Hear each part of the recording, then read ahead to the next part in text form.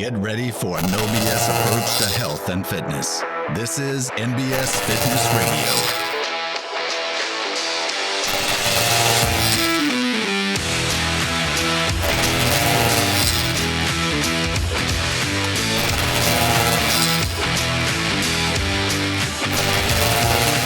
All right, welcome back to NBS Fitness Radio. I'm here with Mosby from Ruck Memphis. Mosby, welcome to the podcast. Yeah, thanks for having us. All right, so what is rucking for those who don't know? Yeah, so rucking, it gets its start in the military, right? So if you've ever watched any sort of war movie, you see the soldiers lugging around those massive, packs, those Alice packs. And so what rucking is, it's walking with a weighted backpack. Okay. So it's, we're Ruck Memphis. We're a Go Ruck official club. Go Ruck is, it got its basis in the military. It's run by a bunch of special forces guys. So they kind of took what they knew from their career in the military and they apply it, to civilians, to veterans who are just looking for a way to get in shape. And so that's what we do at Ruck Memphis. We really just, introduce people to the sport or the exercise of rucking, help get them started, and host a bunch of events to keep them engaged. Awesome. Where did the term ruck come from? I'm really not sure. I don't have a background in the military, but generally they're talking about those ruck packs. Yeah. So where they actually got that from, but when we talk about rucking or grabbing your ruck, we're talking about grabbing your ruck and getting up and getting moving. Gotcha. So sum it up. Rucking is carrying a weighted pack. Yep. Gotcha. How much weight? Yeah, so it kind of depends. The standard that we tell everybody is if you're just going out, you're looking at 10, 20, maybe 30 pounds. For Go Ruck events, if you weigh more than 150 pounds, you're carrying 30. If you weigh less than 150 pounds, you're carrying 20. Okay. You're not going out there and carrying 100 pounds, a full kit, full loadout, weapons, things like military is going to do. So it's a really easy way to get introduced to it. We see people come out their first couple of times, they have 2 or 3 water bottles or Gatorade bottles in a JanSport backpack. Yeah. Right. There is a point of diminishing return. You start carrying too much, you're going too slow, you're breaking your body down, you're not actually getting that cardio in. So you do have to find that sweet spot, but most of our folks are carrying probably 20 or 30. Some of our heavy hitters are going out there probably carrying 45 on a regular basis. So Go Ruck, kind of let people know what that company is and what they do. I mean, obviously they're centered around rucking, but what all kind of stuff do they do? Yeah, so first and foremost, they're a manufacturer of rucks. That's how they got their start back in 2010. Jason McCarthy, Special Forces guy, got out, started making a backpack. And it's gone through a lot of different iterations. They have lots of different kinds, but Go Ruck makes everything from the ruck, the patches, all the accessories, the steel plate, apparel. They've even really gone in on shoes, footwear, so that they kind of are a fitness apparel company, providing you everything that you need to get into rucking. And then on the flip side, one of the ways that they started marketing their bags was doing these challenge events. Yeah. So these are events, when I'm talking to somebody that doesn't know anything about Go Ruck or rucking, I'll compare it to like a Spartan race or a Tough Mudder. Yeah. Just something to give them context. It's slightly different. And so that's how they really started marketing their bags was, hey, come out, get yelled at by a Green Beret, or a Recon Marine or something like that for, 4 to 12 hours. Let him put you through the ringer. The gear's going to go through the ringer as well. You'll see how good it holds up. This isn't really a marketing plug, but they've got a lifetime warranty. They really stand behind their bags. And I've done a ton of events with the same bag, and I mean, it's just been beaten to crap and it's still going strong. So they basically are everything rucking, from the equipment to the events to the community. They even have fitness programs. Once a month they'll send out, hey, this is what you're doing for the month. And then there's been a lot of communities that have spun off of it, other training programs specifically to prepare you for Go Ruck events. Yeah. What kind of start back at the beginning? Like, how'd you get into rucking? Yeah, so 2018, I joined F3 Memphis. It's a men's workout group. I played some sports in high school, and then college and post-grad life really fell out of fitness. And so I wanted to get back into it. Wasn't really committing to paying to go somewhere. So I joined F3 Memphis. It's a free workout outdoors in 5:30 in the morning. And probably after my first week, they actually were doing a F3 Go Ruck partnership event. And I didn't do it, but I saw everybody posting about it. And so then F3 does a lot of rucking. So I got my first bag, started doing, workouts with them, started doing some extracurricular rucking with them, got into some training programs, signed up for my first Go Ruck event, which was July. I bought my first bag in March 2019, did my first event in July. And what was that event? Yeah, so it's called a Go Ruck Light, and it was commemorating Operation Red Wings. So Murph, all that that activity. It was out in Little Rock. It was a 4 to 6 hour event is what a light is. And so there's probably 10 or 12 of us. It was led by an Army Ranger. Did a lot of PT. So that's the thing, that the events are a mix of rucking long distances, carrying your ruck, carrying extra weight, and also doing PT. No event is the same. Yeah. And this one was killer. It was like heat index of like 120 degrees that day. And our spare weights, our team weights were those giant coolers of water that you put on the drink stations. Like a 5 gallon. Yeah. So, the only way to carry it is to throw it over your shoulder and just hold the neck and it's rolling everywhere. With water in it? With water in it. Yeah. We had 2 of those. We had igloo coolers. And if you're talking about carrying an igloo cooler, even if it's you and another person for like 5 hours, your knuckles are getting tore up. Yeah. And then we had like chest coolers full of like water bottles and Cokes. And anytime the cadre would tell us, hey, you got to go from point A to point B and you have 20 minutes to get there. If you got there, you get rewarded. If you don't in time, you pay the piper, right? You got to do burpees. You got to do whatever. Yeah. Our reward was always we got to dump water out of the coolers. Yeah. And there was this like conundrum of it's 120 degrees outside. Do I really want to waste this water? So there was a little bit of that. That was our drinking water as well. Yeah, we could refill from it, especially if we were taking a break, like you could reach in that cooler and grab you a Coke just for that, almost like moral boost. Yeah. But the event was great. It was my first one. I was the only person there. I didn't know anybody there. Yeah. It was in Little Rock. Killer. I mean, just absolutely broke me. But it was a good introduction. That event was great because anytime you get to your next point, you get to a stopping point, cadre is going to talk to you about the theme of that event. Yeah. So that one was Operation Red Wings. You learn a lot about the activity of that operation.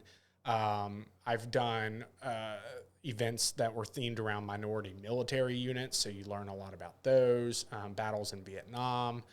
They've done Normandy events in Normandy. That's cool. So, they're a really unique event. I mean, you're getting out there, you're doing everything from PT to long walk to carrying logs on your shoulder to learning about some key moments in American history. And that's a really cool part. And then the kind of the last thing on that is where a Go Ruck event is different from a Spartan or a Tough Mudder or anything like that is it is a team event, right? So your goal is to start with 20 people and end with 20 people. Yeah. Is it always 20? No, Okay. I mean, however many it is. Yeah, I mean, I've done events with as few as 8. We had one in Memphis back Memorial Day that had 2. Okay, yeah. They got a lot of individual attention from that cadre. But what you do is it's a team event.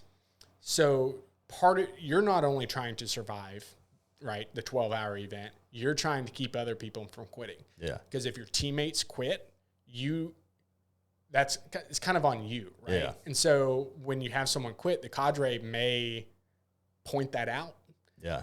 In a form of, hey, you're doing burpees for the next hour, right? Or you're going to do hydro burpees in the Wolf River, right? So it's a team event. You're all there. That may mean you're going to take somebody else's bag if they're just struggling that much, and you'll cycle it between, everybody else. So there are a lot of really good lessons there around communication and just helping one another. And so that's why Rucking, to me, Go Ruck events, it's social fitness. Yeah. Right. I'm not going out there a whole lot by myself. I'm always doing it with somebody else, pushing other people. They're pushing me. Yeah. How did you form Ruck Memphis? Yeah. So in the 2019 time period, we had a lot of, I think we had 4 Go Ruck events in Memphis scheduled, and only 2 happened. There just was not a lot of interest. So they don't have enough people to make it worth their while to travel here. They're not going to come. Yeah.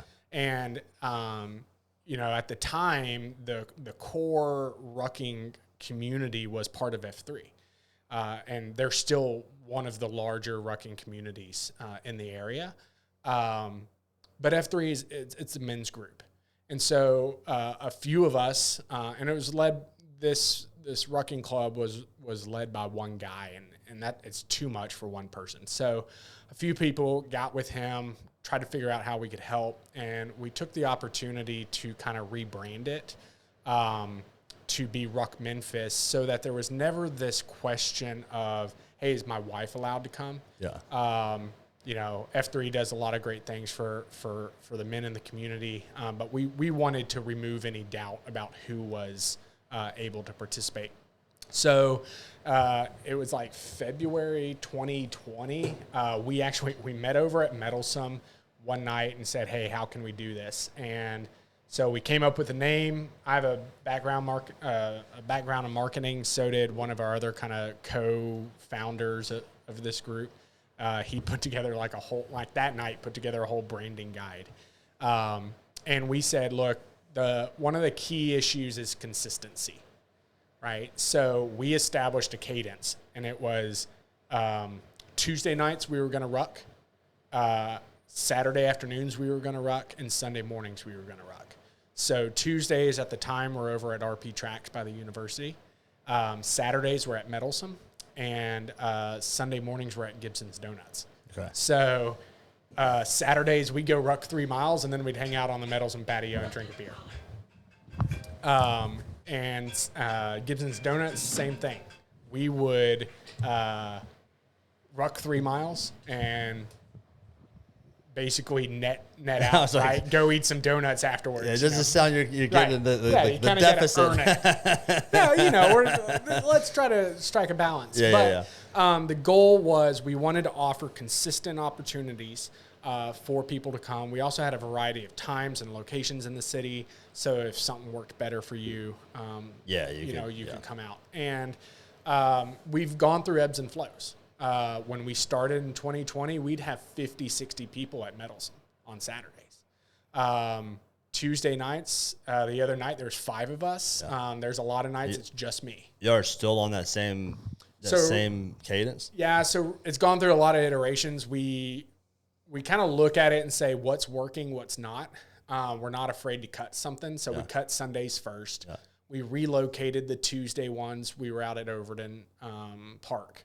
But everybody that was coming lived out east. Yeah. So we're like, let's move it closer. So on Tuesday nights, now we meet kind of over by Coastal Fish. We do 3 miles around Hyde Lake, Shelby Farms. It's a pretty simple course. And then we're starting up a Saturday ruck. It's it's in the early stages. We've done 3 or 4 of them about every other Saturday.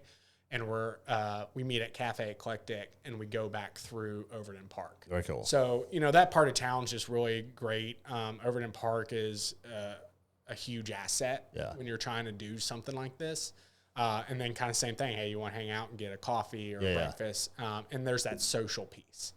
Yeah. And when we stopped doing Meddlesome, that's when we honestly saw some of our numbers drop. Yeah. Because not everybody's so up to like just kicking it in a parking lot at Shelby Farms and talking. Yeah. That social piece was really what drove people out. Yeah. And we actually saw a boom during COVID. Yeah. Because everything was closed. People wanted to be out among friends, but they couldn't go anywhere. So we had stellar numbers during COVID. Yeah. And it was the perfect solution. I mean, even when we kind of took a break in the early days, my wife and I were going out and rucking, 2 or 3 miles around our neighborhood. Yeah. It's a great form of fitness for just kind of getting that quick bite in.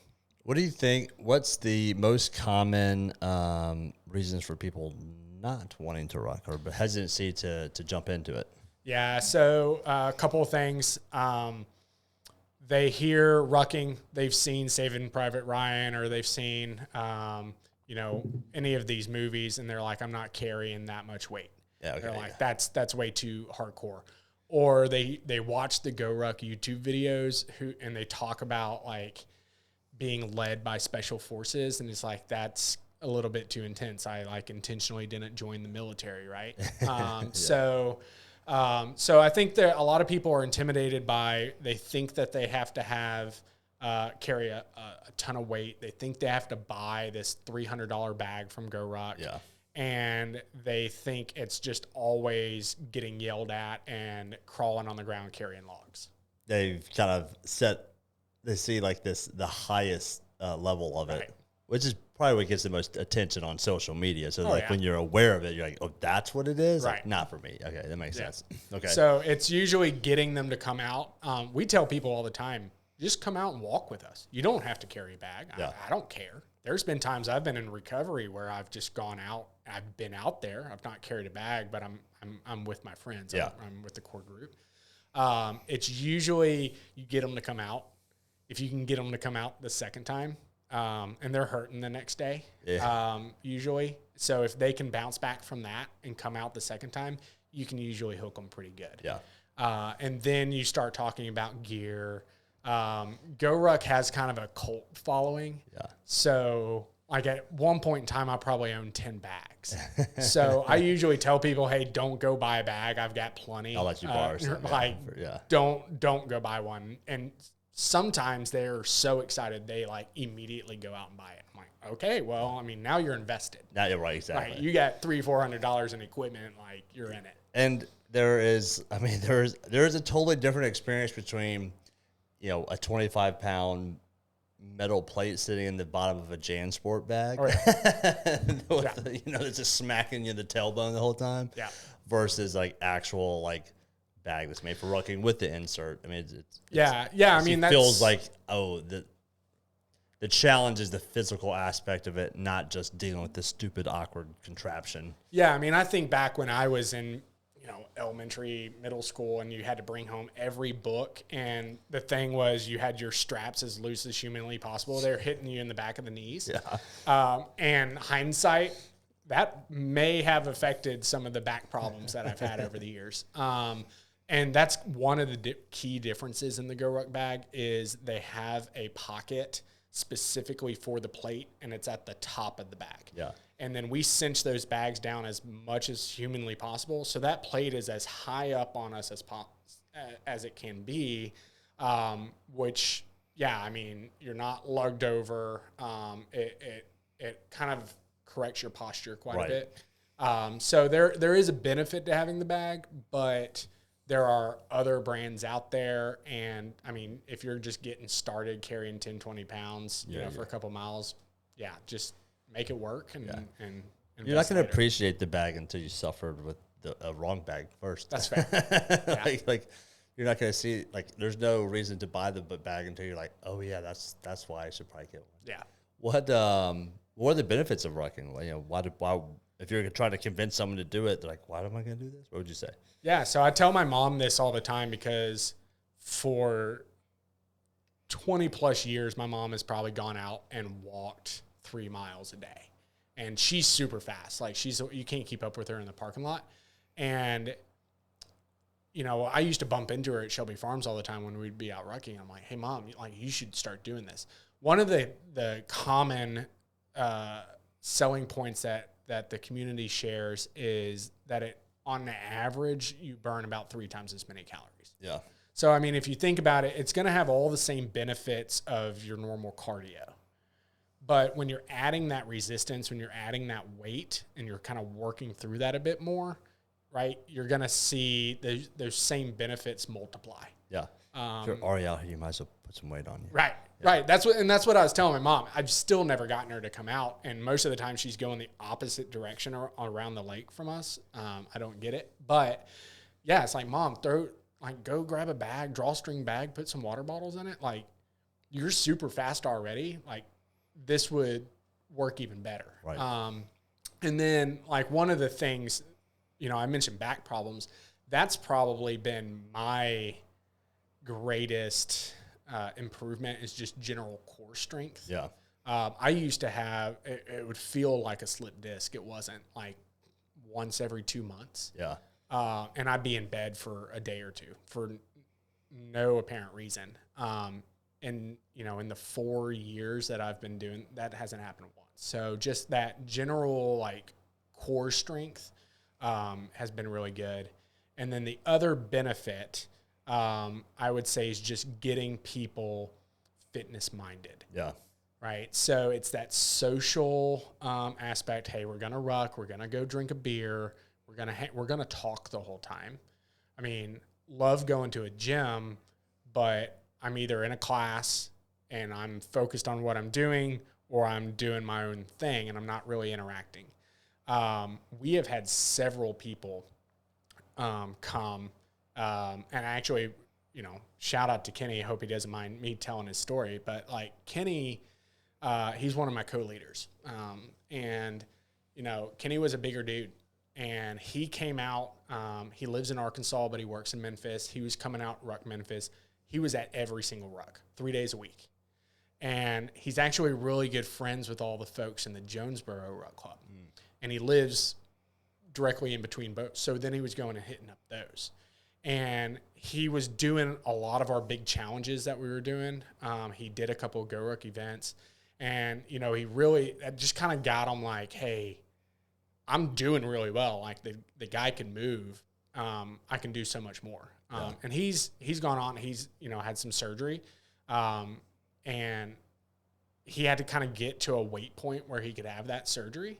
And he told me the other day, his doctor in his 1 year post-op was kind of like, hey, like, are you done losing weight? Like, but now he's got a whole squat rack in his garage.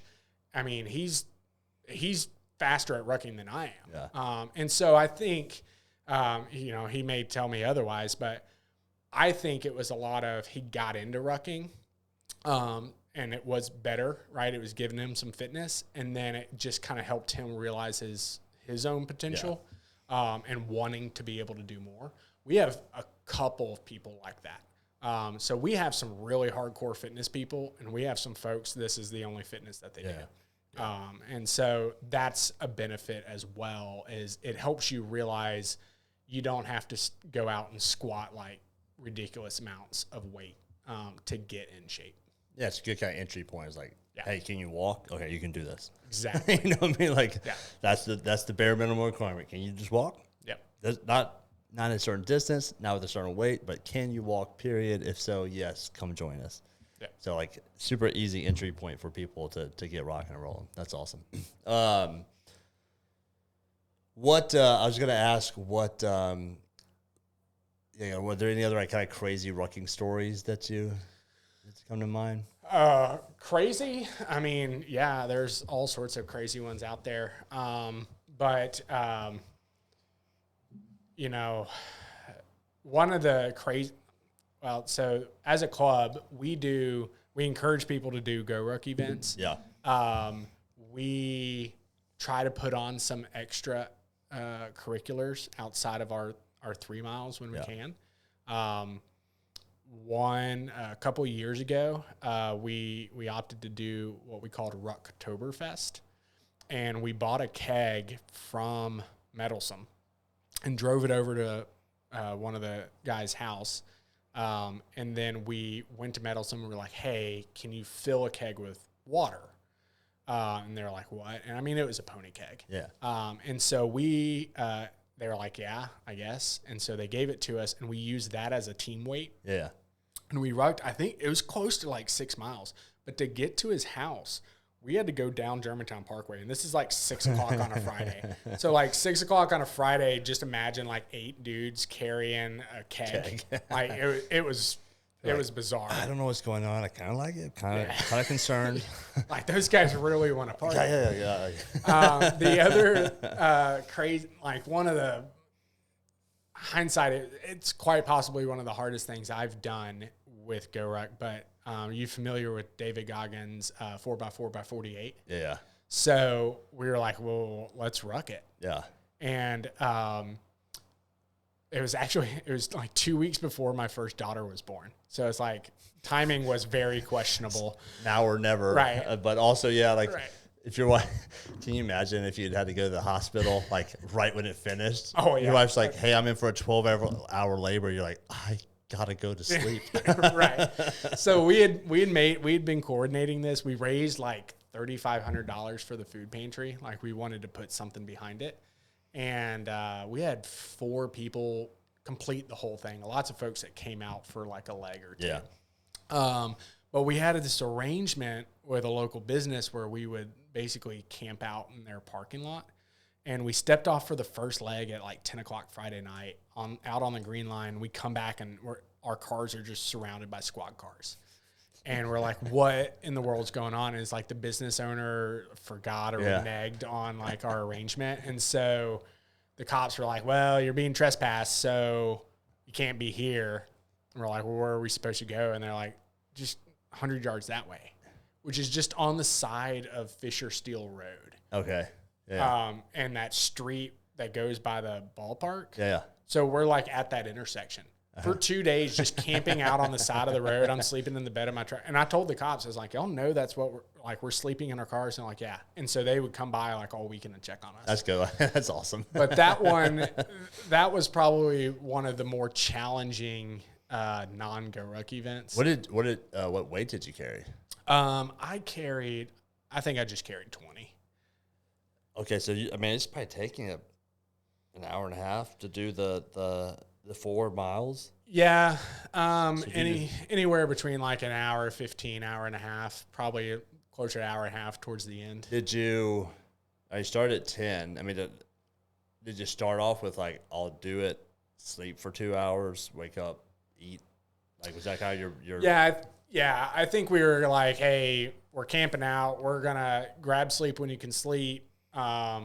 I think for maybe that first leg, we stayed up because we were amped. We're like, man, we're doing this all weekend. Like, I'm here with my bros.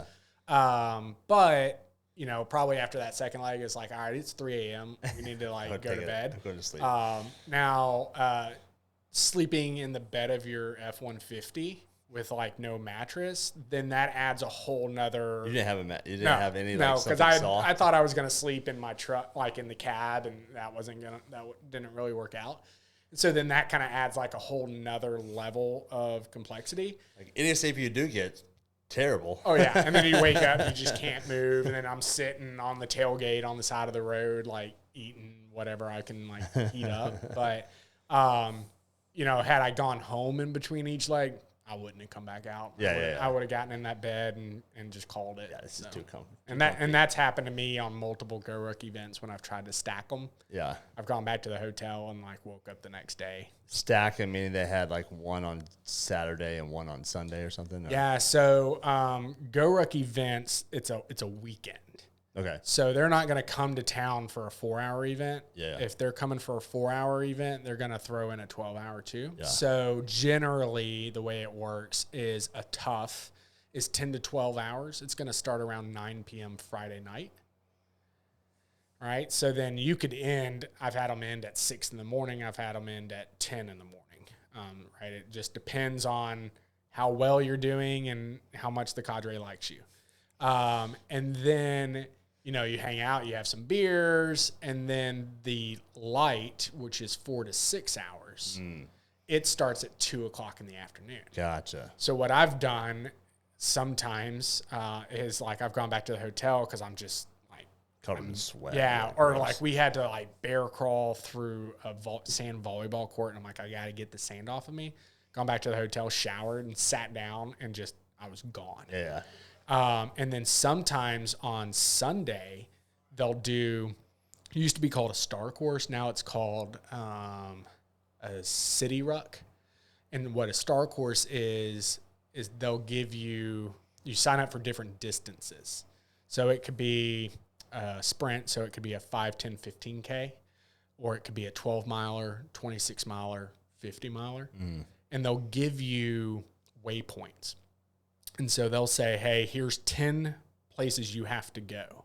And you're responsible for routing your own route. And then you have to make it back within a time hack. So 26 miles, I think it's a 10-hour time hack. Are you limited in your resources, or can you just like go into Google Maps and be like, yeah, what's the fastest route? Right. So, yeah, we use tons of different apps, route planning apps.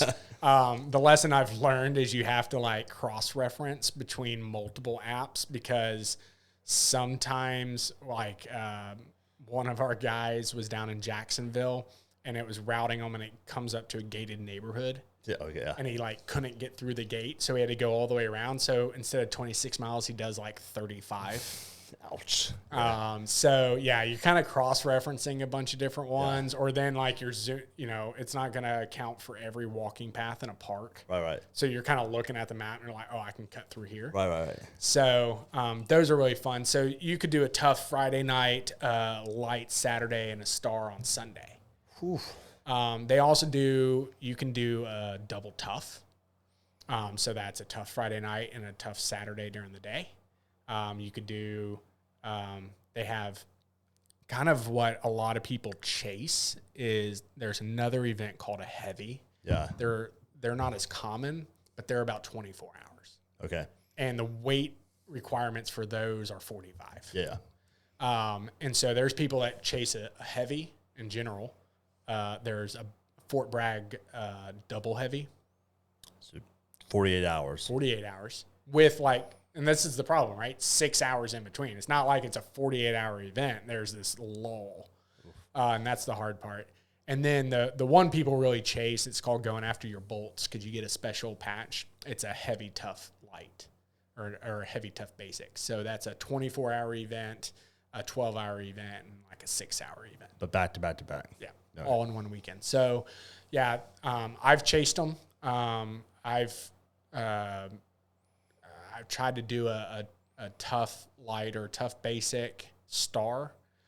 Fell asleep, missed the basic, went to the star the next day. I've probably gone after a tough basic 3 times. I've done it once. Yeah. It's the last event I did here in Memphis back in January. I did it. Couldn't have done it without, it was me and one other guy from the tough. And we show up to the basic the next day, and there's like 30 people. And we just look like shit. Yeah.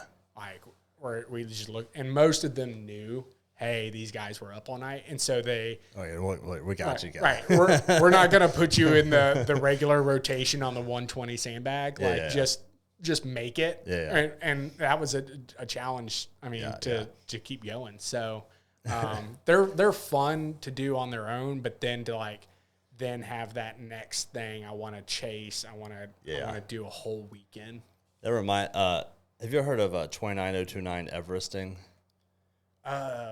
Yeah, and I only heard of it recently because there was a guy that was, I think in Jonesboro Club that was going after one. Yeah, so I did one this past summer with a buddy, and the event is you have to ascend the height of Everest. So you pick a mountain, you walk up it. Yeah. However many times would equal Everest. This was in Utah.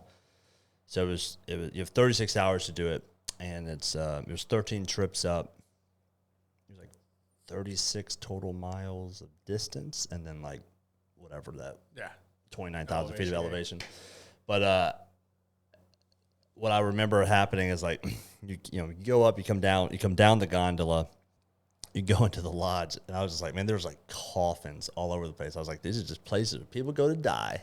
They go sit down on this. They would have massage therapists there. They had these like comfy recliners that had Normatex that you could sit in. And you just like watch people just go sit there and just for like 4 hours. I was like 100% you cannot sit in one of these with you can let your eyes close or not set an alarm. So I was like alarms, like multiple alarms set. Hey bro, like Mr. Massage Therapist, if I'm asleep, the next time you look at me, you come get me. And just like sitting there like scared to death that I was gonna fall asleep. Yeah. You're toast. Yeah, it's the same thing. It's like once you've been that uncomfortable, once you get comfy, it's just like, man, I can't get back up. Yeah, and that was actually how I was able to do the tough basic back in January, February last year. Is I live out in Germantown, and the meeting spot was Court Square downtown. So at one point I was like, man, I'm going to rent a hotel room just so I can stash gear so I can just go and change. Yeah. And then I was like, no, I'm just going to hang out. Yeah. But we finished a little early, and I was like, I'm going to be hanging out here for like 5 hours just sitting, again, outside on a bench. That's not good. So I ended up driving all the way home. Oh, after I had parked my truck, I drive a lifted truck, so there's not many garages that fit it downtown. Yeah. And I ended up like on the 6th floor of this garage with no elevator. God. So then I had to like walk the stairs to get to the truck. I went home, showered, and my wife had like her siblings over, so the house was wild. And like she knew I couldn't lay down, so she's like, "You can go shower, and then you gotta go." Yeah. And so I did. I went home, showered, and then I just went straight back. I was a few hours early, but I didn't allow myself to get comfortable. Yeah. And that, when I look back at all my failed attempts at doing it, I just had to just keep running. Yeah. I could sleep, 7 hours later. Yeah. I just had to make it the next 7 hours, and then I could crash. Yeah. So.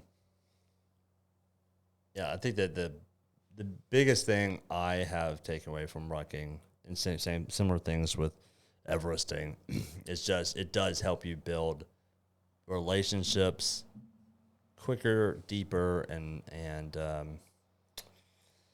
better. Like when you're doing hard things with other people. Oh yeah. Like when you've done hard things together, it just is a bond that gets kind of like solidified in that stuff. And the beautiful thing about rucking is like everyone can do it. Yeah. Can you walk? All right, you can do it. So we've done a couple of events with like our buddies of mine that we put on, and like I just look back on those very fondly, as do they. They sucked. One was I did a 6 mile barefoot ruck with 50 pounds through Shelby Farms. So that one I remember looking at my watch and be like, yeah, I burned like 1,300 calories. Like, we went to some pancake place and probably ate 3,000 calories. Yeah. And we did one. So this you'll appreciate this. We did one where it was for 9/11, and the idea was we were going to do 4 laps around Hyde Lake. Okay. We were going to do 4 laps around Patriot Lake. Yeah. And I was like, well, I would do 4 laps around that. And it was like every 13 minutes, you were going to do 9 push-ups and 11 squats. Okay. And I think you started with 20 and then added like 10 pounds each lap. And, it was like maybe 9 miles was what Patriot Lake was. So like I Googled, because that's what the lake used to be called. Yeah. So I Googled how far around is Patriot Lake. It was like, 2 miles, 2.3 miles. Perfect. It's like 9 miles. This would probably take us, a couple hours where we get. Well, Hyde Lake's like 3 and it's 0.6 miles or something like that. So it ended up being like an extra 4 miles.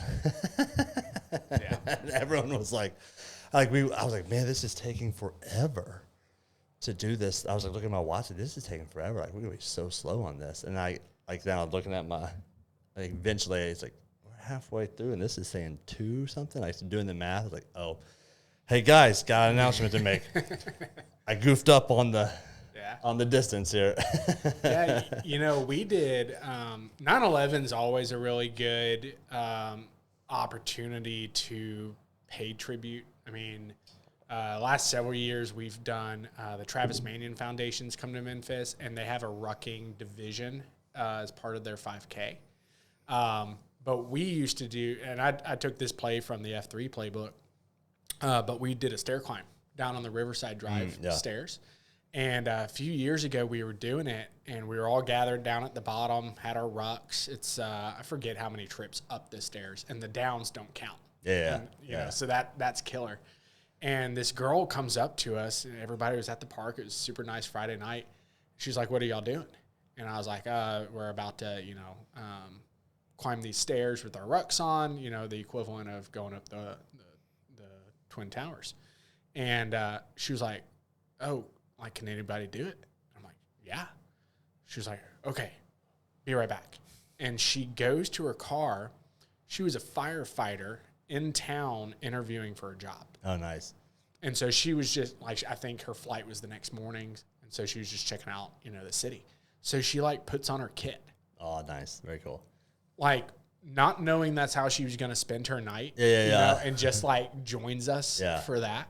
But yeah, I mean, the part you were talking about, like the relationships and looking back, a few of us have done, you can do a virtual, the last couple of years you could do a virtual Boston Marathon. Okay. And we kind of did it through Shelby Farms and out on the Green Line. And you kind of start to split up. And so basically I ended up with this girl who, I mean, I knew her because she comes out to Rucks, but like never any conversations of substance. I mean, we both got each other's entire life stories.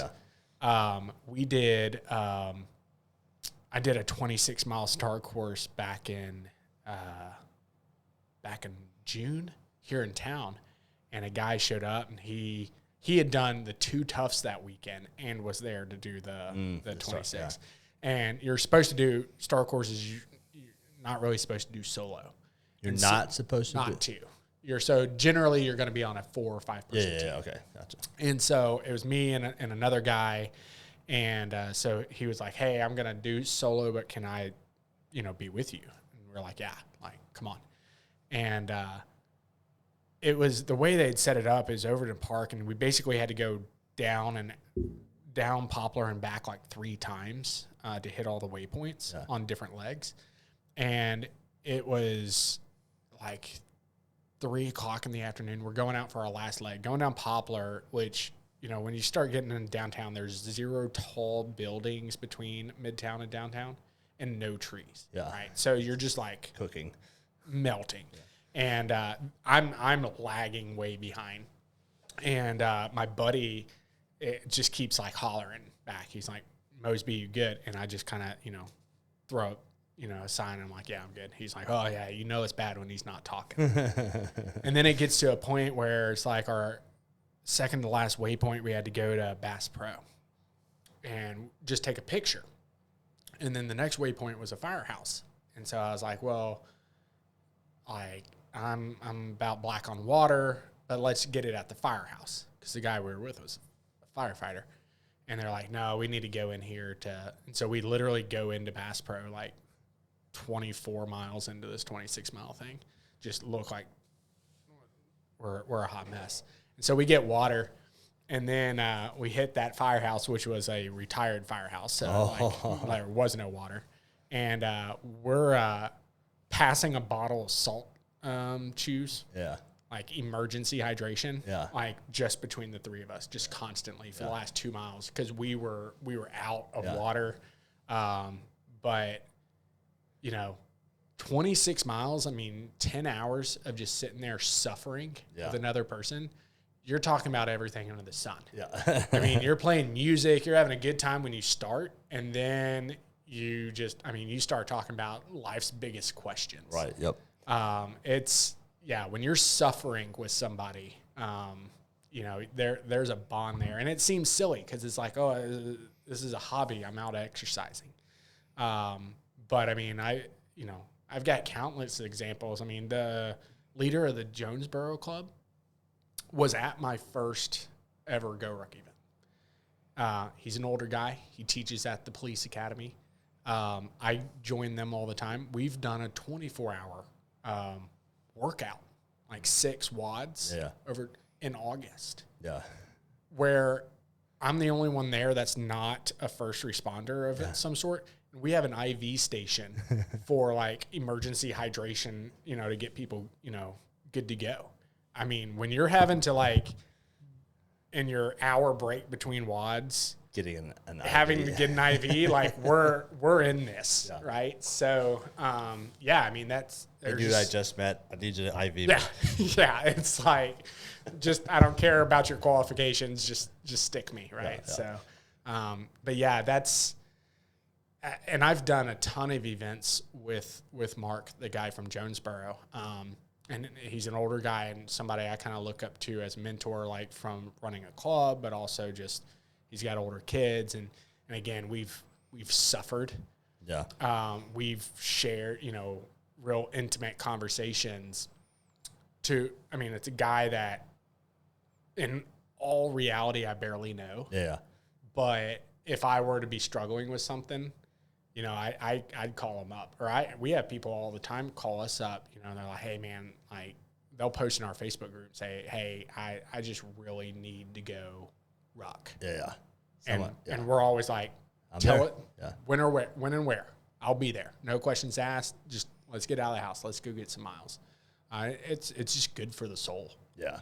That's awesome. Very cool. And Mosby, I appreciate you coming on the podcast. That was great. Let people know where they can, get in touch with you guys and find out more information about rucking. Yeah, so Ruck Memphis on Instagram and Facebook, usually the best ways to find us. We have a Facebook page. We also have a Facebook group. The group's where we have a lot of conversations. Hey, I'm thinking about doing this. But yeah, reach out there. Otherwise, you can just, if you're not on social and we get that, you could just email ruckmemphis@gmail.com. And say, hey, I'm looking for your current schedule. But right now we meet at the P2 parking lot, which is by the FedEx Event Center at Shelby Farms. Okay. At 6:30 on Tuesday nights for 3 miles around the lake. Anyone's welcome, kids, dogs, babies, spouses. And then, as you get plugged in, as we set up more recurring things or special events, we'll let you know. Awesome. All right, man. Appreciate it. Awesome. All right, NBS Fitness Radio out.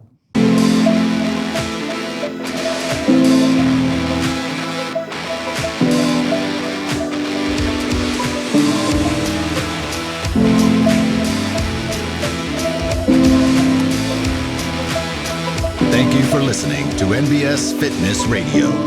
If you enjoyed the podcast, be sure to share it with your friends, follow us on social media, and check out our website at www.nbsfitness.net. Hit the subscribe button and tune in next time for more NBS Fitness Radio.